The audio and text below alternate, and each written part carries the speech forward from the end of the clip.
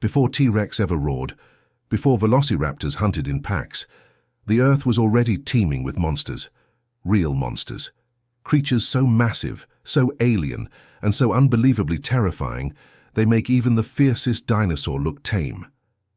Imagine a 6-foot sea scorpion prowling ancient ocean floors, or a centipede the length of a car slithering through dense, swampy forests. And here's the wild part. They were real. These weren't just bigger versions of animals we know today. These were primordial nightmares, born from a world we wouldn't even recognize. Nature back then wasn't just red in tooth and claw. It was experimental, chaotic. And for millions of years before dinosaurs ever ruled the Earth, these otherworldly titans had their time in the sun, or in some cases, the deep, dark sea. So what came before the age of dinosaurs? And why were so many of these creatures way, way scarier? Let's dive into the forgotten chapter of prehistory that'll make Jurassic Park feel like a petting zoo. If that gave you chills already, go ahead and hit like. Subscribe for more untold stories of our planet's wild past, and hey, share this with that one friend who thinks they know everything about prehistoric life. Let's blow their mind together. Before T-Rex took its first thundering step, before Triceratops lowered its armored horns in defense, something else ruled the Earth. But let's rewind, way back. We're talking about 400 million years ago, give or take. Let that sink in. It's such a colossal number that the human brain can barely make sense of it. Compared to that, the age of dinosaurs and a mere 230 million years ago suddenly feels like recent history. So what came before the dinosaurs? Well, contrary to popular belief, the planet wasn't empty. In fact, it was bursting with life. Just very different life. The Earth was young, violent, raw. The continents weren't where they are today. The air didn't feel quite right. Oxygen levels fluctuated wildly. And the weather, let's just say it could turn from global freeze to jungle-thick heat in what, geologically speaking, was a blink. And life? Life was trying stuff. Wild stuff. Mutating, twisting, branching out in directions that would seem totally alien to us now. This was the Paleozoic era, and it was like nature's trial phase. Endlessly glitchy, chaotic, and often terrifying. At first, almost everything lived in the oceans. That's where evolution got bold. There were no whales or dolphins yet, no graceful sea turtles drifting across coral shoals. Instead, there were trilobites, little armored creatures with complex eyes and an uncanny ability to roll up like pill bugs. They were one of evolution's first big hits, thriving for over 270 million years. But as time marched on, things got weirder. Creatures crawled out of the oceans, not for a stroll, mind you, but to survive in entirely new ways. Lungs started evolving. Limbs began to form. Some of the first animals to set foot onto solid ground were amphibians the size of crocodiles, dragging themselves through dense, oxygen-rich swamps. And let's pause a second, because that right there is key. You know how today, the largest bugs you'll see are maybe a few inches long. Back then, with different atmospheric conditions, especially those crazy high oxygen levels, life didn't follow the same rules. That's why this age produced bugs the size of dogs, fish the size of speedboats, and apex predators with bone shears for jaws. It was a world that didn't just predate the dinosaurs, it shaped everything that came after them, even us. But let's not skip ahead, because things get intense. One of the deadliest periods of prehistoric time came during the Carboniferous period, around 359 to 299 million years ago. Picture this. Earth is covered in lush, swampy forests, huge ferns taller than people, eerie fog everywhere. The ground is thick with rotting plant matter, insects buzz like helicopters, and the air. It burns your lungs to breathe, unless you're one of the creatures adapted to this high-oxygen, low-carbon world. Now, most modern animals, humans included, would absolutely not survive here. But for many of the invertebrates of the Carboniferous, it was paradise. Strength through size, safety through armor, speed through swamp. This is when monsters started to evolve. Not the slow plodding kind from legends, the fast, efficient, disturbingly large kind. If you were walking through that prehistoric forest, you'd hear skittering in the leaves. maybe a low hiss. You'd turn thinking it's a snake, but it's not. It's something ancient, something wrong. Welcome to Earth and before the age of dinosaurs, where the rules were still being written. So why don't we hear more about this time? Honestly? Dinosaurs stole the spotlight. They're flashier, skeletons are bigger, museums love a mounted Tyrannosaurus. And Hollywood? Well, it's hard to beat a raptor chase scene. But what lies buried below those Jurassic fossils is an even deeper story, of creatures so old that we don't even fully understand them. Some left barely more than a jawbone or a strange imprint in a rock. Others are known only because entire species were frozen mid-motion during ancient extinction events. This forgotten epoch also highlights something uncomfortable, a consistent truth about life on Earth. Mass extinction keeps resetting the game. Just when one group of creatures takes hold, a disaster strikes. Oceans dry up, volcanoes poison the skies, continents shift and collide, and then silence. Many of the creatures we're about to meet thrived during the time before dinosaurs, but were eventually scrubbed from existence by these natural catastrophes.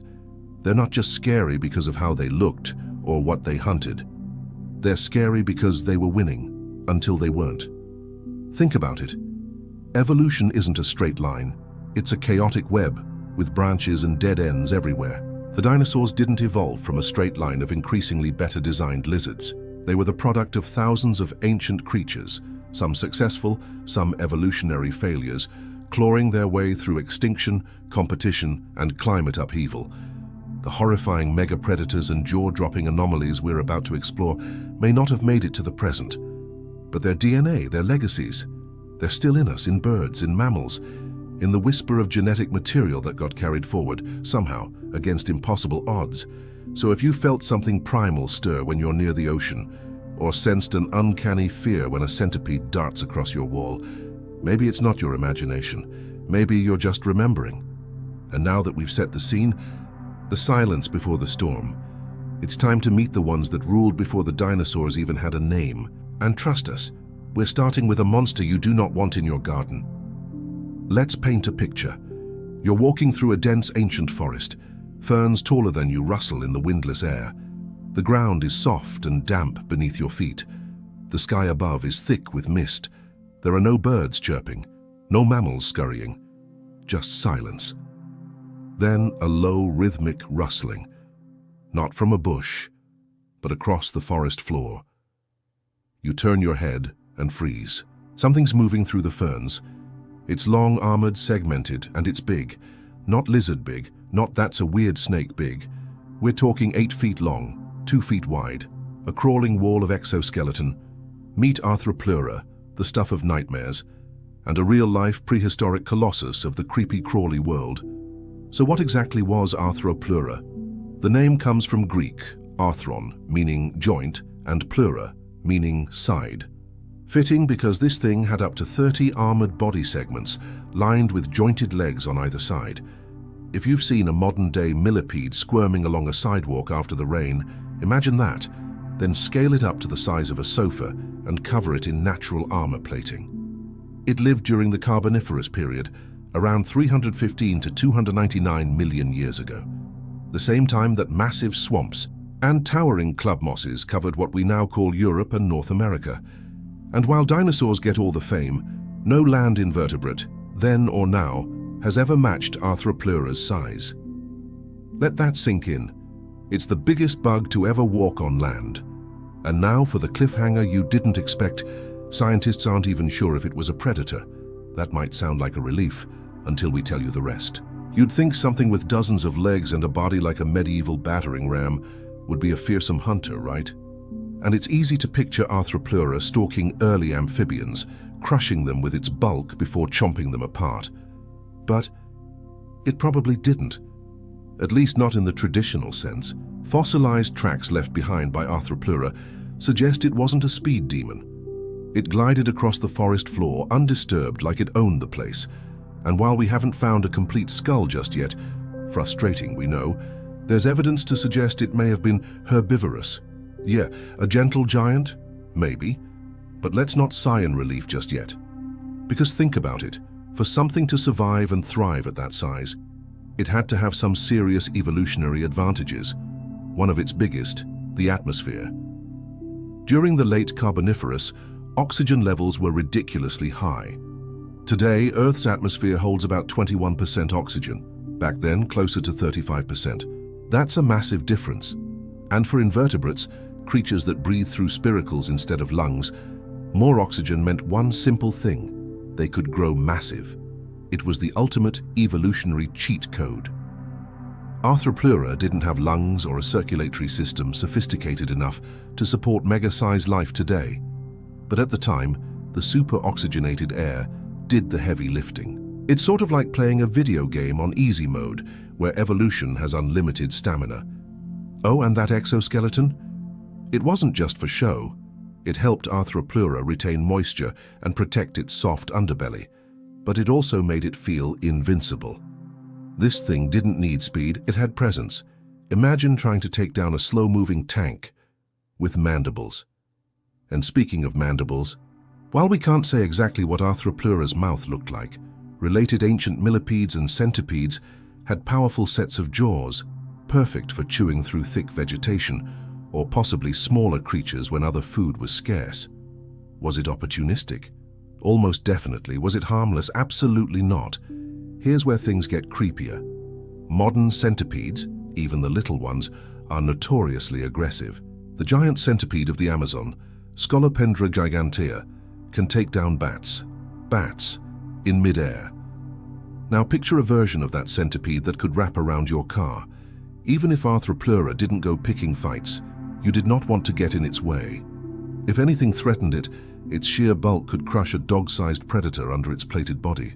Fossil tracks show it moved surprisingly gracefully for its size, its countless legs rippling in fluid synchronization, like a living conveyor belt of armored doom. And here's the catch. We barely have any fossils of it. Mostly trackways, impressions, marks, shadows of its passing, some partial body fossils, which means there's a lot we still don't know. Could it swim? Maybe. Did it burrow or climb? Possibly. The mystery around it almost makes it more terrifying. Every new fossil discovery could change what we think about it in an instant. So what wiped it out? Short answer, a massive climate shift. As the Carboniferous drew to a close, Earth's oxygen levels took a sharp dive. Swamps began to disappear. The continents were moving, colliding into the ancient supercontinent Pangaea. The rainforests started collapsing, literally, leading to one of the first great extinction events of terrestrial life. For a creature that relied on supercharged oxygen and thick vegetation, it was a death sentence. Arthropleura, for all its dominance, vanished. And here's the part worth reflecting on. It didn't die out because of competition. It wasn't hunted to extinction. It wasn't out-evolved by a smarter species. It was the environment that turned against it. That's both sobering and kind of poetic. Even the scariest monsters nature creates are only as strong as their ecosystem. Without the right conditions, giants fall. But what if Earth's oxygen hadn't dropped? What if Arthropleura had more time to evolve? Could we have seen the rise of giant armored invertebrates as dominant life forms, perhaps instead of or alongside the dinosaurs? Would we live in a world with millipede overlords? Would we be the prey? Okay, we're getting ahead of ourselves. But that's the part that makes this story really unsettling. These ancient creatures weren't just evolutionary side quests, they were legitimate contenders for dominance. Every extinction event reshaped the playing field. And sometimes, the most terrifying creatures aren't the ones that arrived, but the ones that almost stayed. Still think dinosaurs were the scariest thing Earth ever made? Just wait. Because if Arthropleura gives you the chills, the next creature lived underwater, and it hunted with claws and pincers attached to its face, and it absolutely loved shark meat. Time to meet a nightmare that owns the ocean floor. There's something uniquely terrifying about the ocean. It's vast, mysterious, unforgiving, and we've barely scratched its surface. But now picture an ocean from 400 million years ago. No whales, no dolphins, not even coral reefs as we know them. Just endless murky waters and predators, big ones. And one of those, maybe the worst of those, was a creature that looked like a scorpion, swam like a torpedo, and had claws big enough to wrap around your waist. Its name? Jacalopterus rhenanii. And if you were any smaller than it, including a young shark, you were on the menu. Let's start with the basics. Jacalopterus belonged to a group called Eurypterids, often nicknamed sea scorpions. Not technically scorpions, but close relatives, like scorpions that skipped land and decided to go full predator mode underwater. Now, most Eurypterids were smallish, maybe a few inches to a foot long. But Jacalopterus, it was over 8 feet long. 8 feet. That's longer than your average kayak. A scuttling, swimming arthropod the size of a horse, armed with compound eyes, claws like pincers, and a spiked tail that could whip sideways like a mace. Not exactly your average beach day companion. For a long time, we only knew about these sea scorpions from fragmented fossils, until one fossil was found in a German quarry, a massive preserved claw. Based on its size and proportion, scientists did the math and realized this creature wasn't just big, it was enormous.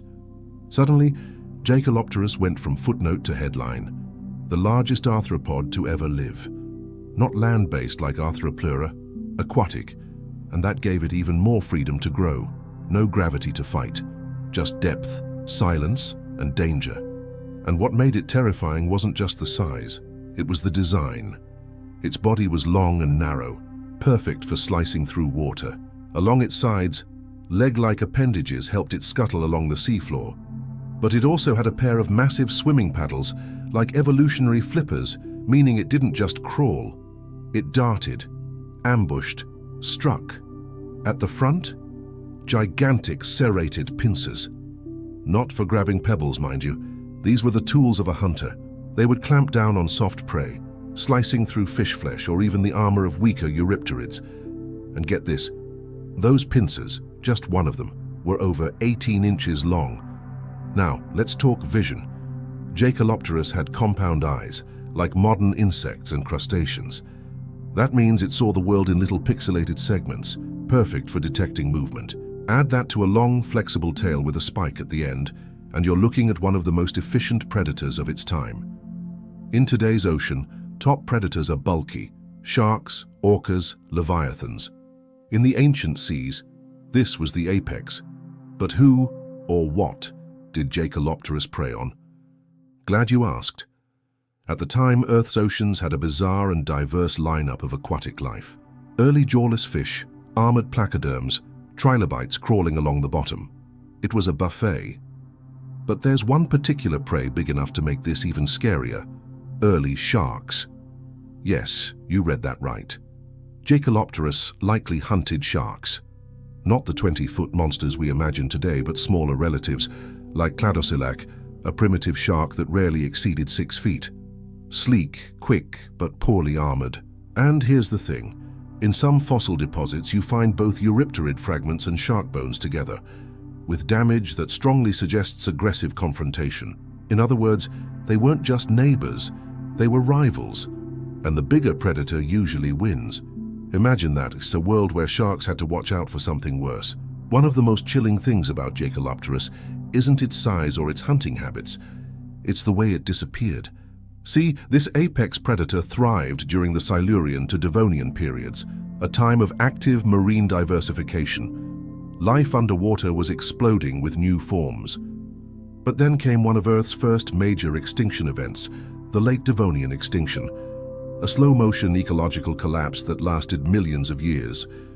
It wasn't a sudden asteroid, it was environmental breakdown. Oxygen levels dropped in the ocean.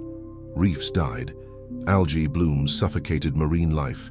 The ocean started to rot from the inside out. And suddenly Jacalopterus didn't have a place at the top anymore. Its prey vanished, its habitat changed. The big predator's advantage? Useless. It faded into extinction, a giant brought down not by battle, but by imbalance. Now here's a thought to chew on. What if these creatures hadn't gone extinct?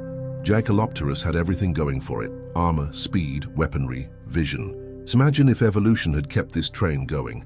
Faster swimmers, sharper pincers, maybe intelligence, cooperation. Would sharks have stayed Earth's ocean kings? Or would there be something darker, armored, and even more terrifying riding the current? It raises one of the most fascinating and unsettling dark questions. How often does nature flirt with creating a dominant life form and then wipe the slate clean?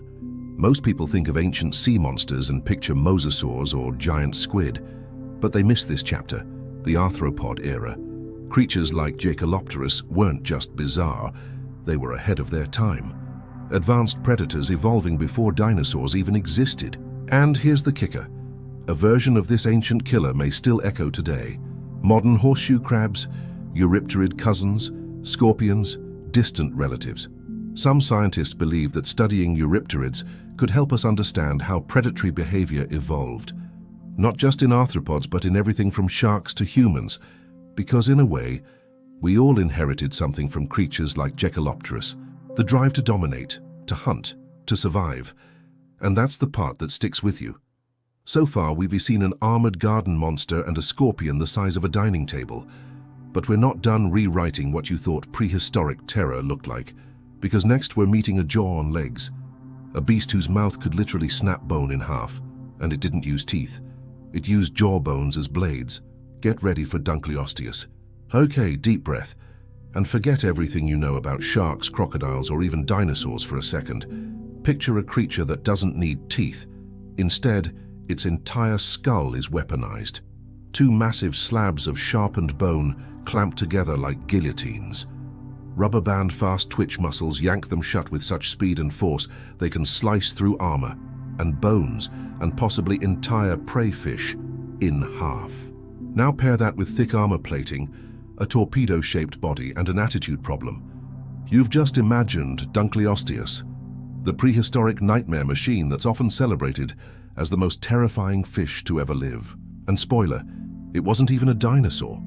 It came millions of years before them. Dunkleosteus lived around 360 to 380 million years ago during the late Devonian period, sometimes called the Age of Fishes, but that name doesn't quite capture the intensity of what was happening.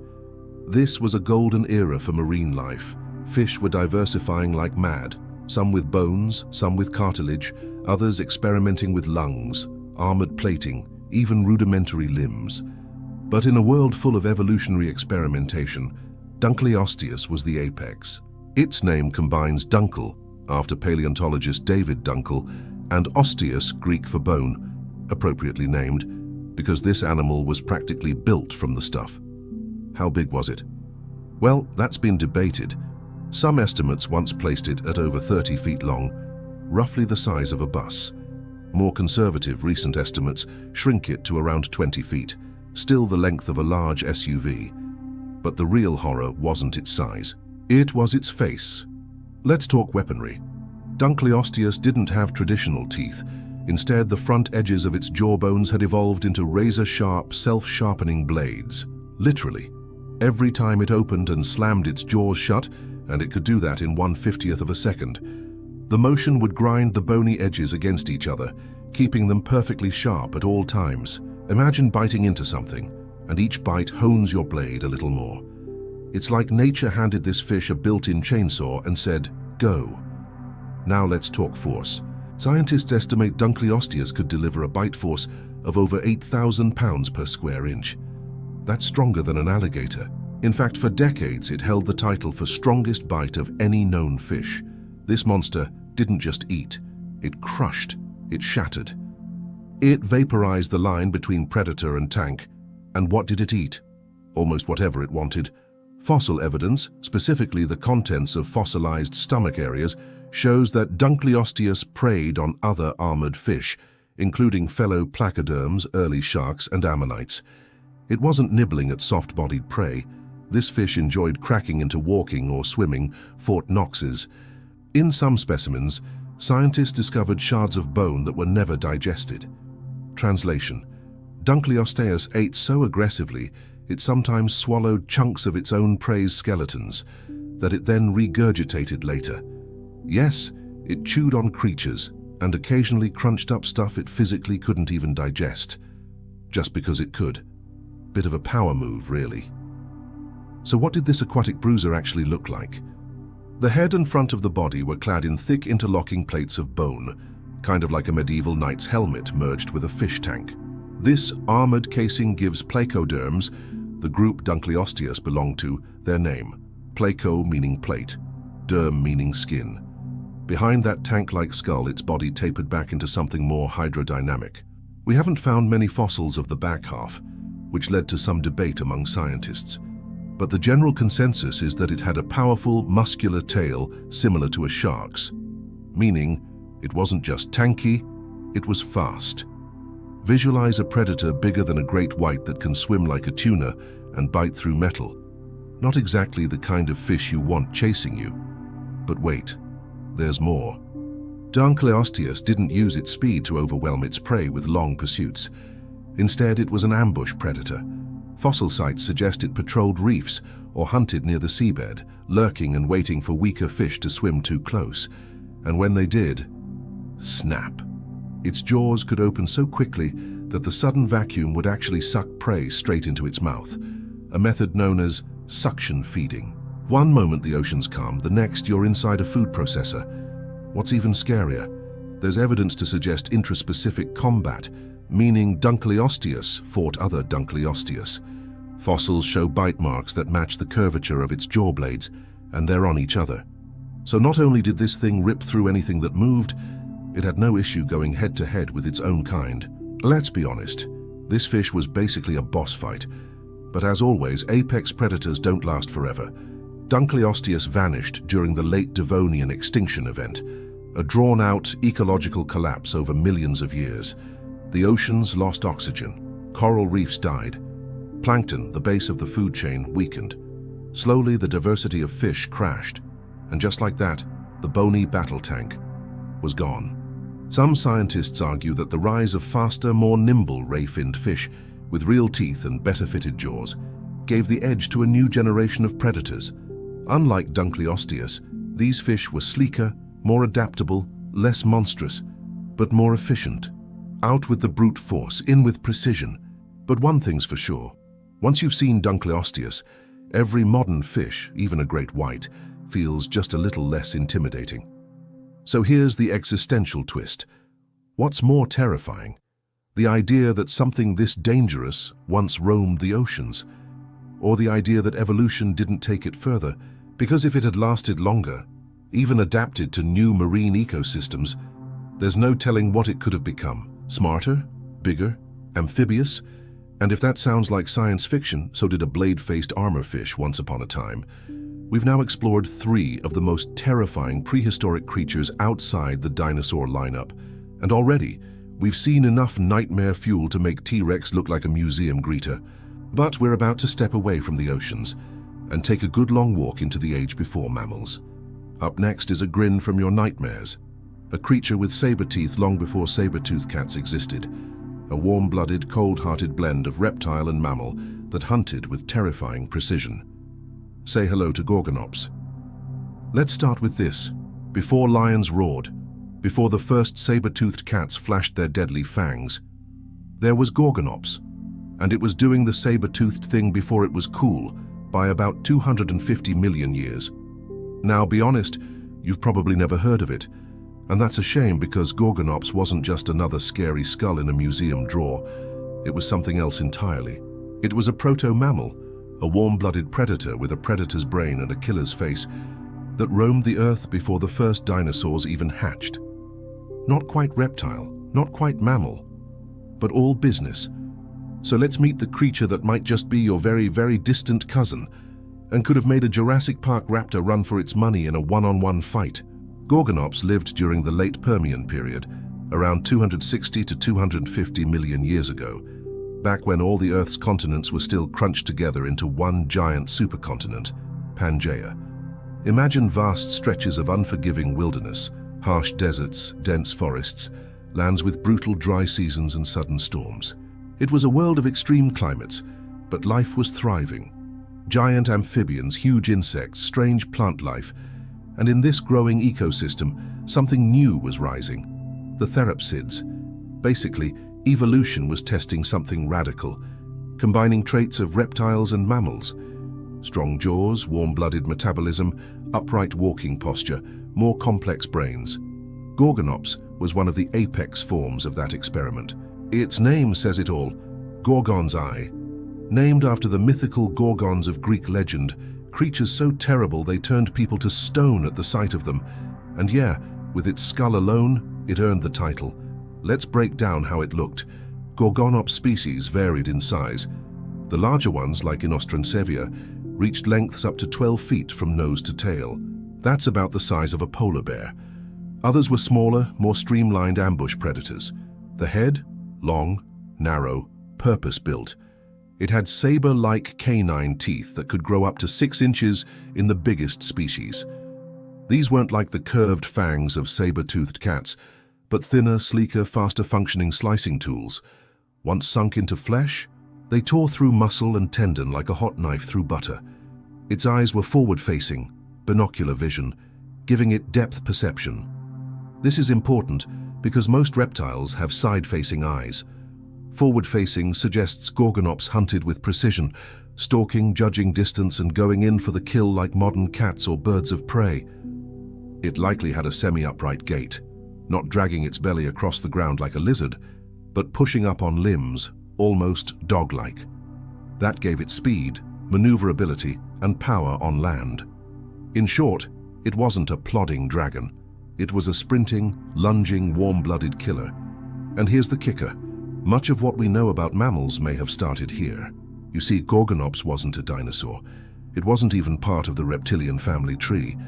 It was a synapsid, a completely separate evolutionary branch that eventually gave rise to mammals. Yes, you are part of that lineage. We're not saying you're related to Gorgonops in any direct way, but let's put it this way. If a Gorgonops ever locked eyes with one of your hominid ancestors across a misty savanna, your ancestor would probably lose that staring contest. So when you look at that skull with its cold sockets and massive canines, you're not just seeing a predator. You're seeing evolution trying to build you, using a darker blueprint. And now we get to the scary part. Gorgonops wasn't just unique because of how it looked. It was scary because of how advanced it was for its time. Most predators of the era relied on brute force, bite and thrash, or simply overpowering prey. Gorgonops? It appears to have used target strikes, likely going for weak spots, possibly delivering quick, disabling bites with its saber teeth before finishing the job. And its jaw, capable of opening extremely wide and over 90 degrees, which was necessary to use those long canines.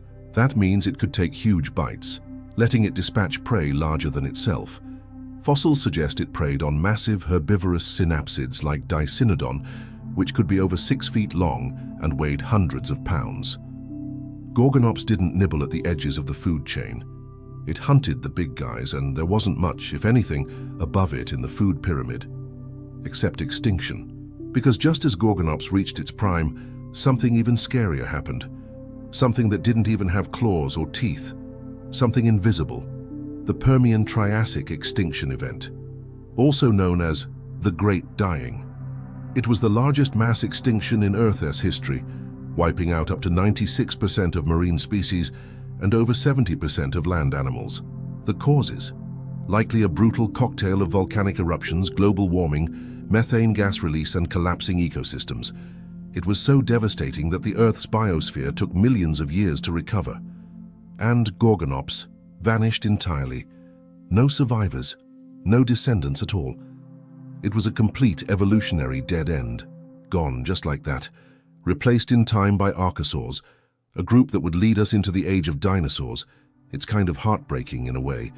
Gorgonops was one of the most advanced predators of its time, and it could have been the ancestor of mammalian carnivores, but nature had different plans. Or maybe here's another way of looking at it. Gorgonops was the warning shot. It showed what evolution could do with the synapsid blueprint. Teeth that slice, thinking eyes, warm-blooded reactions, apex precision. And perhaps that design was too far ahead of its time. The world wasn't stable enough yet for mammal-like predators to dominate.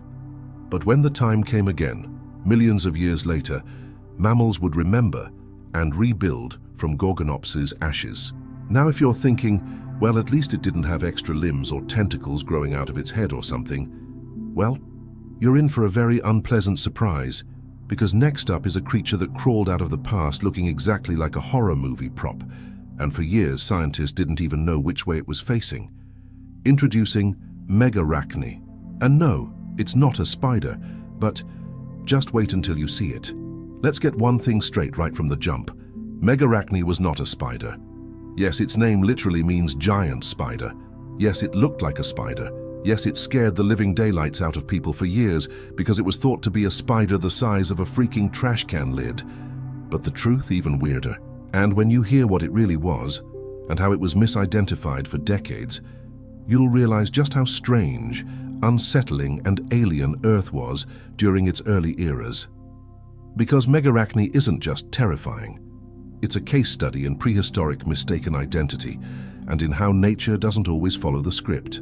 It all started in 1980, when scientists uncovered a fossil in a late Carboniferous rock bed in Argentina. What they found was large, round, and sort of leggy. It had what looked like a dome-like cephalothorax, a hardened body plate, and branching limb segments. The conclusion seemed obvious: a giant prehistoric spider. It was given the name Megarachne cervinae, the giant spider of Cervine, a nod to the fossil's discoverer.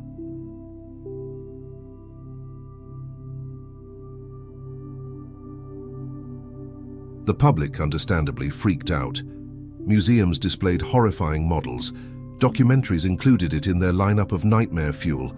A 2-foot spider crawling through ancient swamps, straight up goosebumps, until someone took a closer look.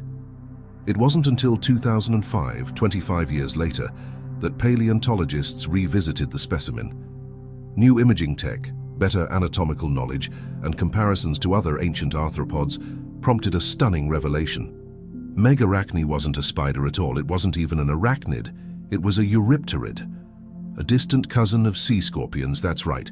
It belonged to the same group as our old friend Jacalopterus, only smaller, saucier, and much weirder. Cue the gasp and retract moment across the paleo community. All those horror headlines, all those illustrations of 2-foot hairy tarantulas with murder in their eyes. Wrong. But here's the crazy twist. Once people knew what it actually was, it became almost more fascinating. So what was Megarachne? Let's unpack it. Because even without the spider label, it was still insanely bizarre. It lived roughly 305 million years ago, during the late Carboniferous, that same dense, oxygen-rich period we talked about earlier. Swamps stretched across continents, and the planet's land was teeming with giant bugs and eager proto-amphibians. Megarachne itself was about 20 inches wide and had a thick, paddle-like body. But here's the thing, it wasn't walking around like a spider. It was aquatic, or at least semi-aquatic, prowling through the shallow coastal waters of those swampy forests. Its body was flat and wide, perfect for gliding along the silty bottom. Its 8 legs weren't nimble things for weaving webs. They were armored and jointed, likely used to anchor itself or scan for prey beneath the water's surface. And at the front, a monstrous pair of pincers. Now, they weren't externally terrifying the way Gorgonops's saber teeth were, but remember, this was an ambush hunter. Those pincers were likely used to snatch crustaceans, worms, or anything unfortunate enough to scuttle by. Further back, it had a blunt, segmented tail spike, not stinger-like, but possibly used for balance or quick backward retreats. It didn't spin webs, it didn't drop from ceilings, but you bet it could burst from muddy shallows and clamp down on you with terrifying speed. Imagine a trapdoor spider, if it were armored like a tank and half submerged in prehistoric sludge. Yep, sweet dreams. And now here's a fun question. Why did everyone think it was a spider in the first place? First, Megarachne's fossil was unusually preserved. The dorsal, top view look had just enough spider-like features, a carapace with central eye-like impressions, leg sockets, segmentation, to fool early researchers. Second, there were no comparable fossils at the time. Eurypterids were either monstrous, fully marine predators like Jacalopterus, or tiny, filter-feeding species scientists barely noticed. A creature this size, from a swampy paleo environment, just didn't fit the mold.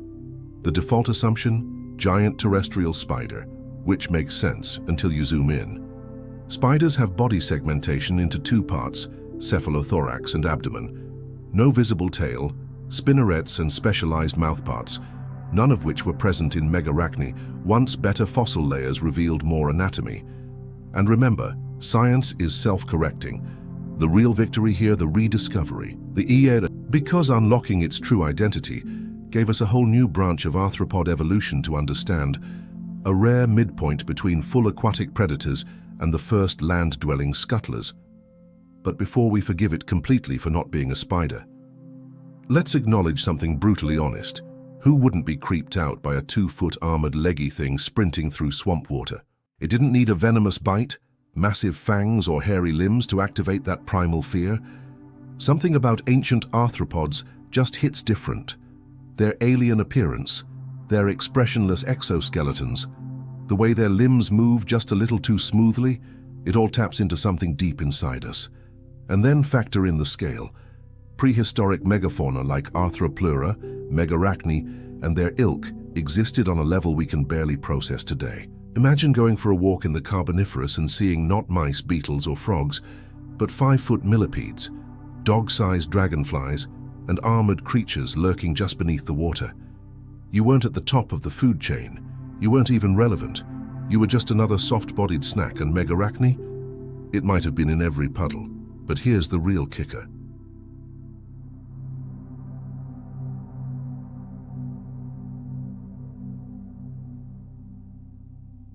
Branches on a tree that split off too early. They didn't disappear because they were inferior. In most cases, they were perfectly adapted to their ecosystems. But Earth changed. Oxygen levels dropped, swamps dried up, Pangaea shifted, and just like that, they were gone. Their forms, lost, but not forgotten. We still carry echoes of them in every crab, every horseshoe crab, every tiny creature crawling at the bottom of a tide pool, and maybe even in us. In our weird, instinctual flinch when we see something skittering across the floor. Because somewhere in your DNA, however quietly, your ancestors remember. So if Megarachni wasn't a 2-foot spider, that may be a relief to you. But don't get too comfortable, because we're about to descend into even murkier waters and meet a creature so bizarre, so fundamentally uncategorizable, that scientists still don't know what in the world it was. One eye? Two? A proboscis? A riddle wrapped in an enigma? Next up, Tullymonstrum, aka the Tully Monster. And trust us, it earned the name. If you ever needed proof that nature doesn't care about rules or symmetry, or frankly your definition of what a living thing should look like, just look at the Tully Monster. Even its name sounds like something out of a children's book, right? Cute, almost innocent. But then you see it, and everything changes. With a body like a flattened slug, stalked eyes erupting sideways from its back, and a flexible trunk ending in a claw lined with teeth. Tullymonstrum gregarium is not a joke. It's one of the most confusing, biologically confounding, unnervingly alien creatures ever to crawl, swim, or pulsate through Earth's ancient seas. And even now, decades after its discovery, scientists still ask the same question. What was this thing? Let's dial it back to where it all started. The year, 1958. The place. A strip mine-turned fossil hunting haven in Illinois known as Mason Creek. A man named Francis Tully, a humble amateur fossil collector, cracks open a concretion and finds something weird, real weird. Too weird, actually. It wasn't a trilobite, wasn't a worm, or a jellyfish, or a fish. It looked like a flattened torpedo with a trunk, and crab claws, and eye stalks. He took it to the Field Museum in Chicago. They didn't know what to make of it either, but they gave it a name, Tullymonstrum, in his honor. And ever since, it's been lovingly called the Tully Monster. So what made this creature so bizarre? Let's just try, to describe it. Tully Monster had an elongated, soft-bodied form, roughly 10 to 30 centimeters long, so around a foot at its max. No bones, no hard shell. It looked like it was molded from memory putty. From the front of its body extended a narrow trunk, like a bendable straw, that ended in a bizarre pincer-like claw. But instead of regular grabbers, this claw came equipped with rows of conical teeth. That's right, its face was a flexible arm with a mouth at the end, and then, to really sell the alien aesthetic, it had eyes mounted on a rigid bar, protruding sideways like candles on a birthday cake. Not cute though, creepy. What on earth was this thing trying to be? A squid? A worm? A nightmare sock puppet? Nope. None quite fit. For decades, nobody could figure it out. Biologists, paleontologists, zoologists, all stumped. It didn't match any familiar modern-day animal. It had soft body parts like a jellyfish, but clear sensory organs like a vertebrate. It had eye stalks. But whose eyes were they? Was that bar part of a skeleton? Or a cartilage rod? Could it see well? Could it even move that clawed trunk quickly? Did it swim or crawl? At one point, Tullimonstrum was accused of being related to lampreys, those creepy eel-like fish with circular maws full of teeth. But not everyone agreed. See, fossil finds have never shown internal organs. Digestive tracts, nerve cords, or sensory pits are poorly preserved. There's been zero conclusive skeletal remnants, and that makes classifying it impossible using standard taxonomy. Anytime a new fossil appears with slightly better preservation, the pendulum swings.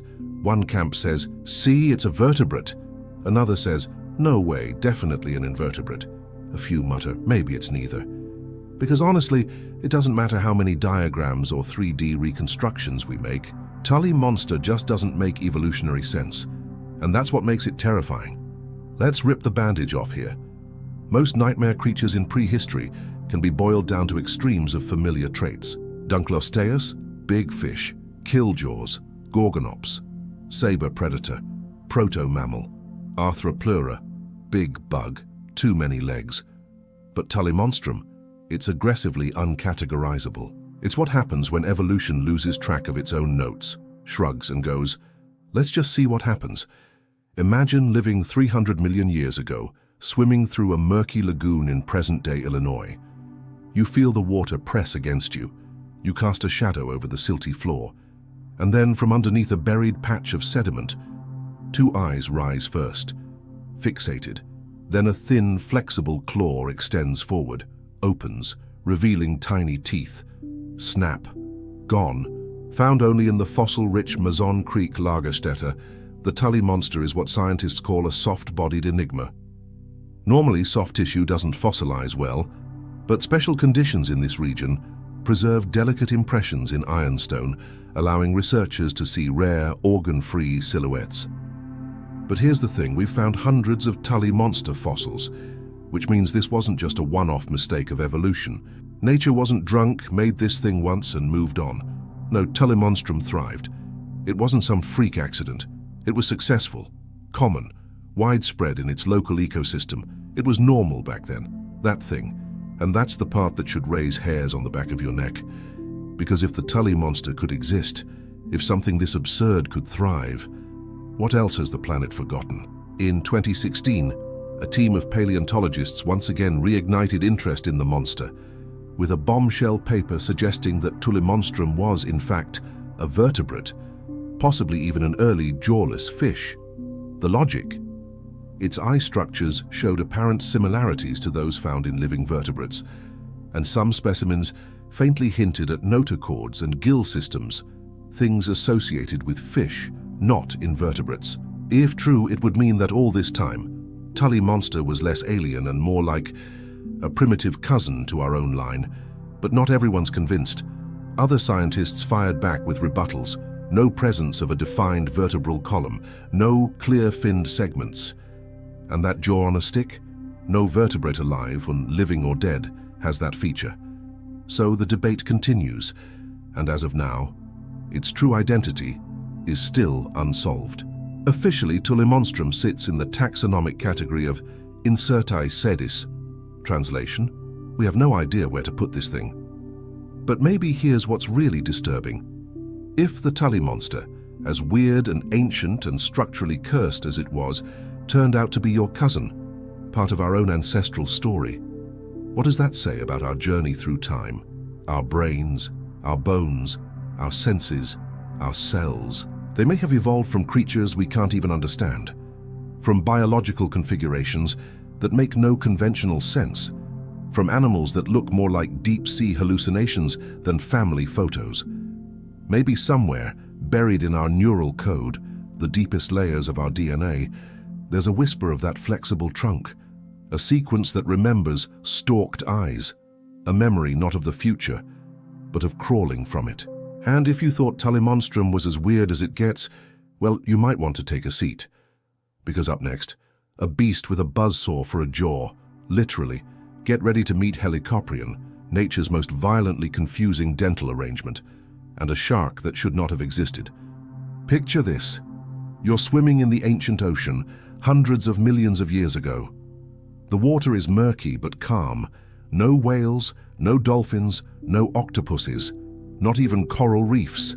Then suddenly, emerging from the deep, a long, slender figure shoots forward.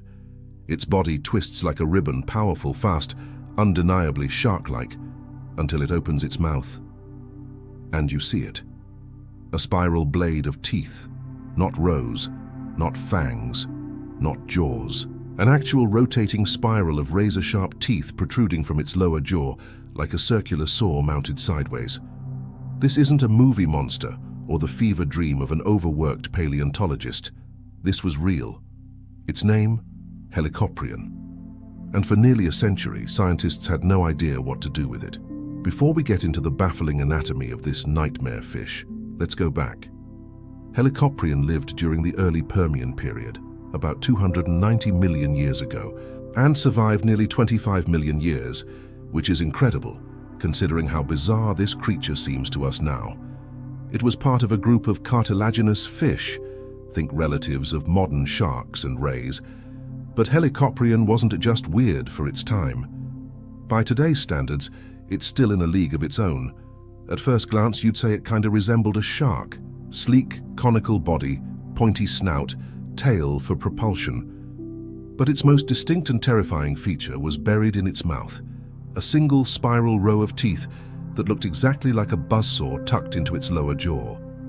And yes, the name Helicoprion literally means spiral saw. Now, here's where things get really fun and very confusing.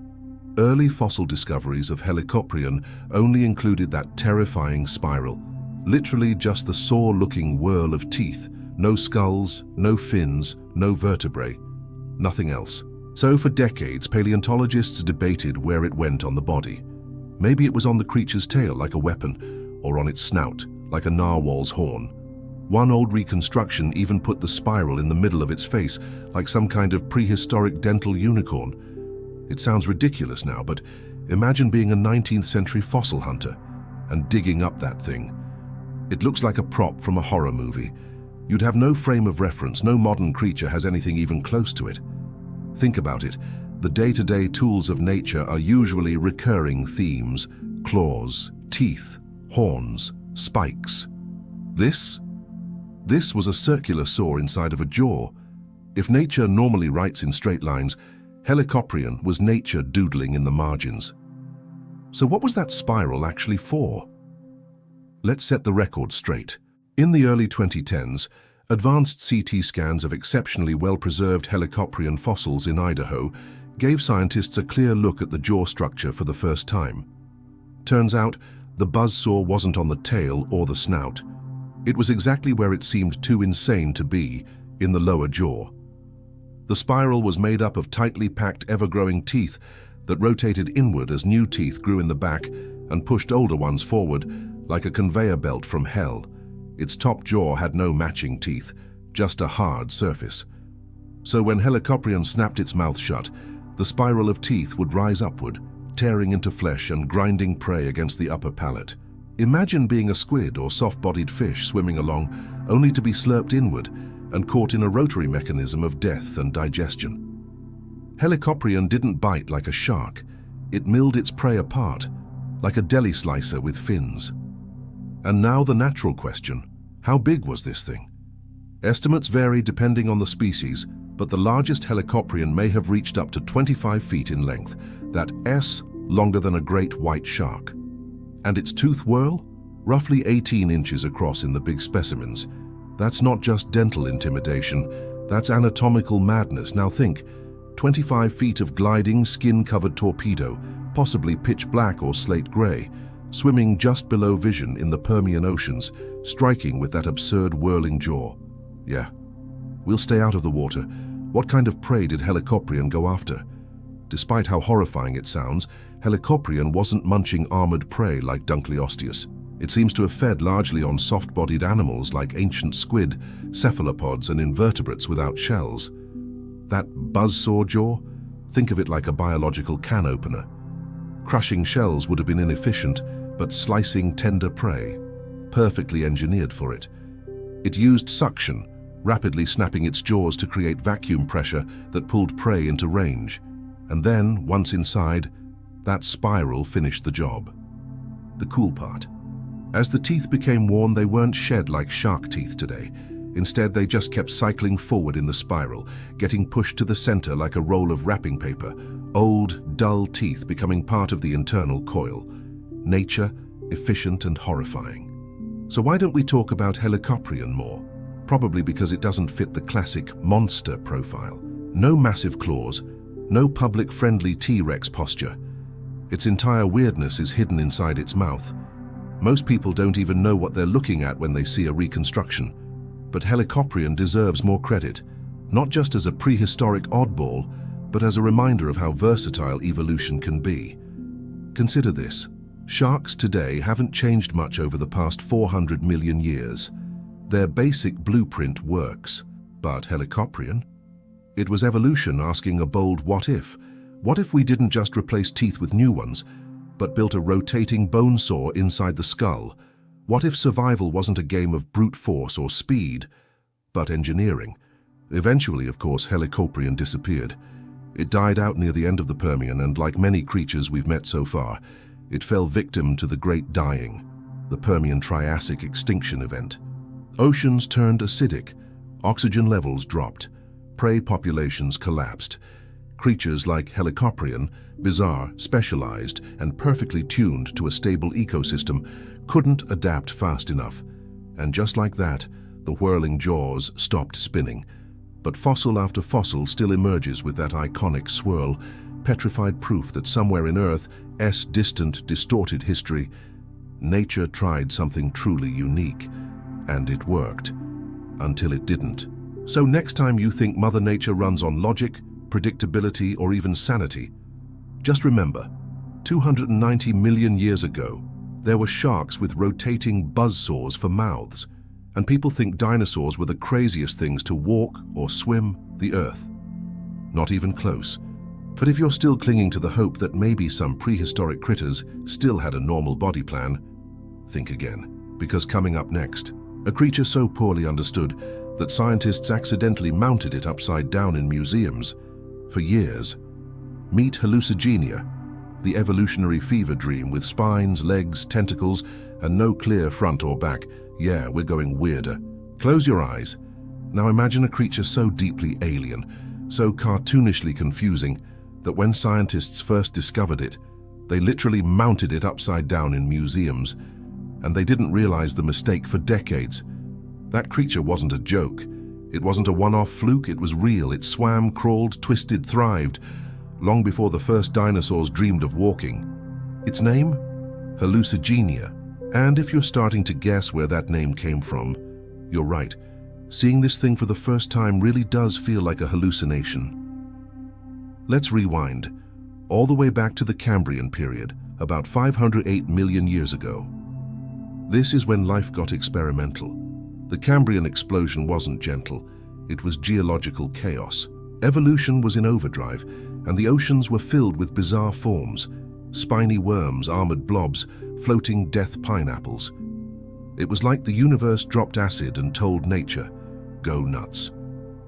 In the middle of all this was our star, a spindly, soft-bodied organism that looked like it escaped a Tim Burton sketchbook. When the first fossils of Hallucigenia sparsa were discovered in Canada's Burgess Shale in the 1970s, paleontologists were flummoxed. The fossil showed a ridiculously narrow, worm-like body, paired with long, tentacle-like appendages dangling from one side, and spines, sharp, rigid, weaponized spines, lining the other. But which side was the front? Which end was the head? What was a leg? And what wasn't? The only reasonable reaction, equal parts confusion and horror. Initial reconstructions were, frankly, hilarious. Scientists placed the creature standing on its spines, thinking they were legs. The soft, wiggly appendages on the opposite side, presumed to be some kind of feeding tentacles, flopping around awkwardly in the water. Its head, they weren't even sure it had one. Even diagrams in prestigious journals showed hallucigenia upside down, smiling in a way at the world for mistaking it so completely. And then, decades later, researchers took a harder look. Better fossil discoveries emerged. New imaging techniques revealed tube-like structures in the tentacles, hinting at musculature. Functionality, which meant one thing: they were legs. Hallucigenia wasn't crawling on spines, and it was defending itself with them. Suddenly, the nightmare creature flipped upright, and somehow got even stranger. So what did this thing really look like? Picture this: a thin, thumb-sized worm with 7 or 8 pairs of legs, each tipped with tiny claws, running along its back. Paired rows of long, sharp dorsal spines sticking straight up like the needles of a cactus.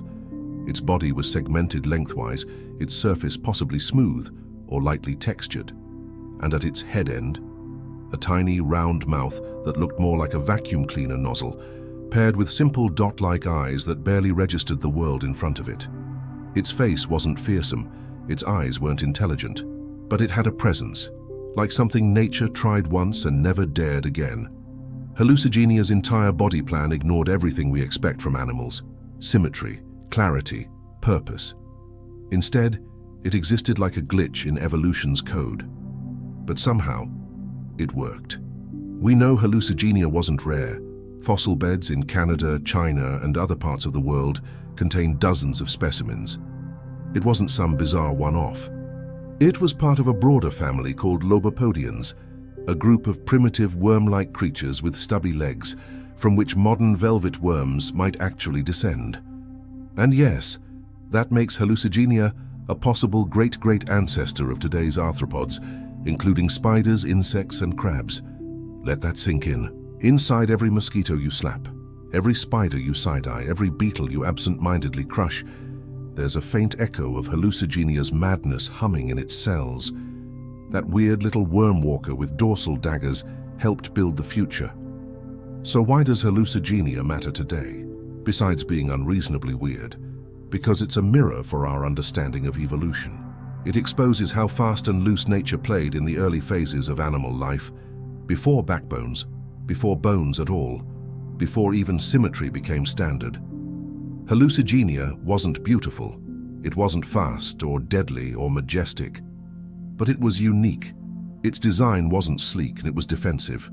Those spines, nature's first armor tutorial, primitive predators like Anomalocaris roamed the Cambrian oceans, snatching prey left and right. Hallucigenia's answer wasn't flight. It was try eating this, pal.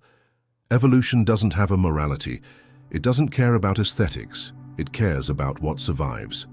And for a decent stretch of geological time, hallucigenia nailed it. Here's another twist. We used to think the Cambrian period was filled with failures, dead ends. Weirdos, as Stephen Jay Gould once put it, evolutionary side notes that got deleted by natural selection. But now, we see things differently. We realize most of these creatures weren't failures, they were experiments, notes in the margin that eventually wrote the textbook. Many went extinct, yeah, but many others passed on ideas, traits, proteins, body structures, that evolved into the blueprints we now recognize. The legs of Lobopodians, the shells of brachiopods, the first fragment of vision, the first hint of directionality. Hallucigenia wasn't just an oddity, it was part of the foundation of animal life.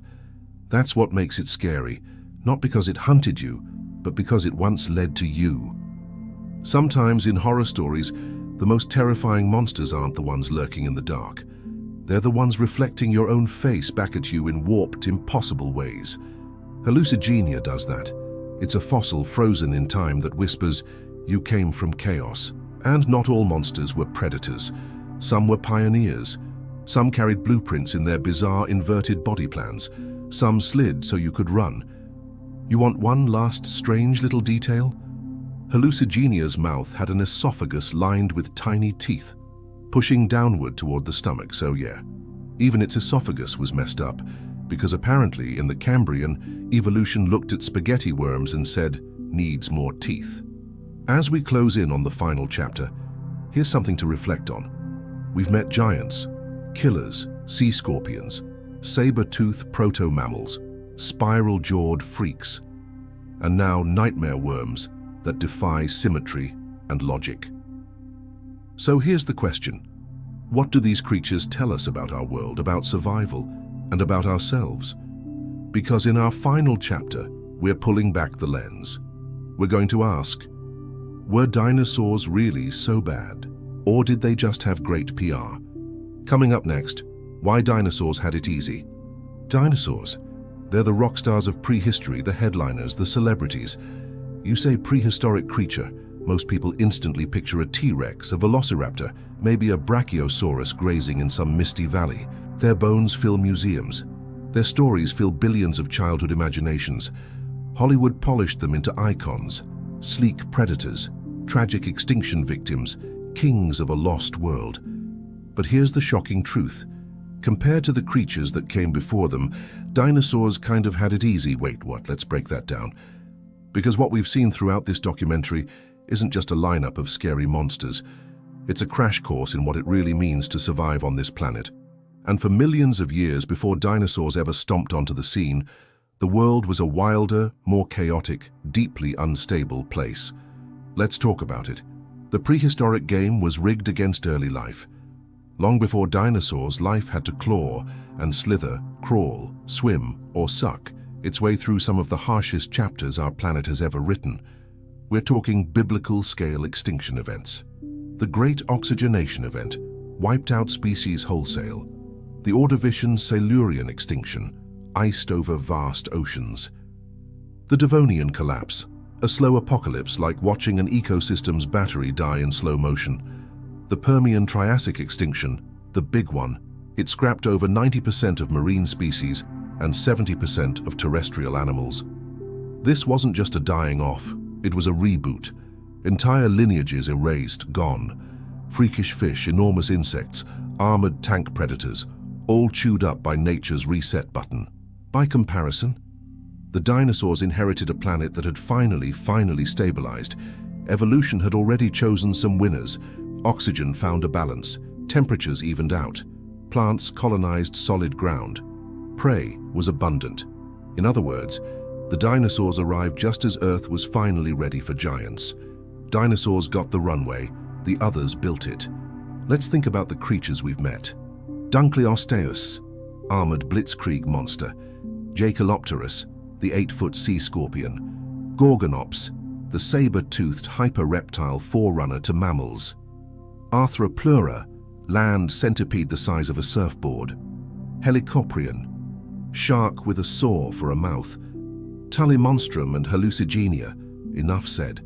These weren't side characters. These were dominant forms of life for millions of years. They carved their place at the top of the food chain in eras when the planet tried everything to kill them. Ice, fire, toxic air, tectonic chaos. And then you look at the age of dinosaurs. Yeah, they had predators. Yes, mass extinctions eventually came for them too. But for the most part, the Mesozoic era was stable. Long stretches of security, warm climates, predictable seasons, lush ecosystems, massive food webs. It's no coincidence the dinosaurs got so big they could. They thrived in a safer sandbox. And here's the deeper truth. These scarier creatures were also more experimental. Dinosaurs are incredible, let's be clear on that. But they mostly played by familiar biological rules: teeth, claws, speed, pack hunting, herbivory, omnivory, flight. All extensions of patterns we understand. Contrast that with what came before. Spiral jaws, Helicoprion, eyes on stalks, Tullimonstrum, self-sharpening jawbones, Dunkleosteus, reverse-mounted bizarro worms, Hallucigenia, walking tank insects, Arthropleura, shark-hunting sea bugs with pincer hands, Jacalopterus. These were boundary-pushing designs, nature just trying stuff. The way early inventors made flying machines with flapping wings or submarines with hand cranks. And that's exactly what pre-dinosaur life was. R&D, a chaotic beta test. Why we should care. Here's the real takeaway. What we call prehistoric monsters weren't just debris beneath the dinosaurs. They were the prototypes. Dunkleosteus showed us that armor plus precision equals to domination. Gorgonops previewed warm-blooded, saber-toothed ferocity. Hallucigenia showed that even chaos has value, that not every design needs to be perfect to be possible. And most of all, every time nature destroyed the world, meteor, eruption, ice age, the creatures that survived weren't just lucky. They were strange, flexible, too weird to die. An important lesson because here we are at the top of the food chain. Our buildings reach the sky. Our brains simulate futures. But looking back, we didn't come from the mighty. We came from the misfits. From creatures nature just barely tolerated for a few million years to see what we'd do next. So why did dinosaurs have it easy? Because they came after the hard part, after the bold experiments, after evolution's most chaotic drafts had already been submitted. The gig was set up. And yes, many dinosaurs were terrifying, massive, predatory, powerful, but many were just big lizards with good PR. They didn't need spirals for jaws or spiky backs like porcupine tanks. The ecosystem didn't demand such insanity anymore. Nature had finally calmed down. A final reflection. We've walked with monsters in this series, not born of science fiction but of something much wilder. Prehistoric reality. And it's a reality that should fill us with awe, gratitude, and maybe even a touch of humility. Because evolution is messy. Progress isn't a straight line. And survival? Sometimes it belongs to the bold, the bizarre, the spiral-jawed or spiky-backed or eye-stalked creature that nobody, not even nature, fully understands. So the next time you think about ancient Earth, don't just think about T-Rex roaring on some sunny vista. Think deeper. Think darker, think stranger, think buzzsaws, sea scorpions, and the upside-down survivor that made scientists question the very idea of normal. The Earth didn't just have monsters. It was built by them. So there you have it. 10 creatures that didn't just challenge our fear of the ancient past. They reshaped it. They crawled, slithered, stalked, and spun their way through extinction events, unstable continents, toxic oceans, and time itself. And they did it all before the dinosaurs even showed up. Maybe that's what makes them truly terrifying. Because they remind us that the Earth doesn't belong to one kind of life too long, that nature's wildest experiments often come early and vanish before we ever notice. But fossils don't lie, they whisper warnings. They tell stories of beauty, brutality, and unbelievable survival. And as we walk this planet, safe, upright, modern, it's worth asking, what weird creatures are we now? And what forgotten beasts still lie buried beneath our feet? If you enjoyed the ride, the monsters, the madness, the mind-blowing fossils, hit that like button to feed the YouTube algorithm beast. Subscribe if you want more stories science class never told you. And hey, share this with someone who still thinks T-Rex was the scariest thing to ever walk the Earth. They deserve the truth and a little trauma. Thanks for watching. Stay curious, stay ancient, and remember, history isn't just written in bones, it's etched in the monsters we almost forgot.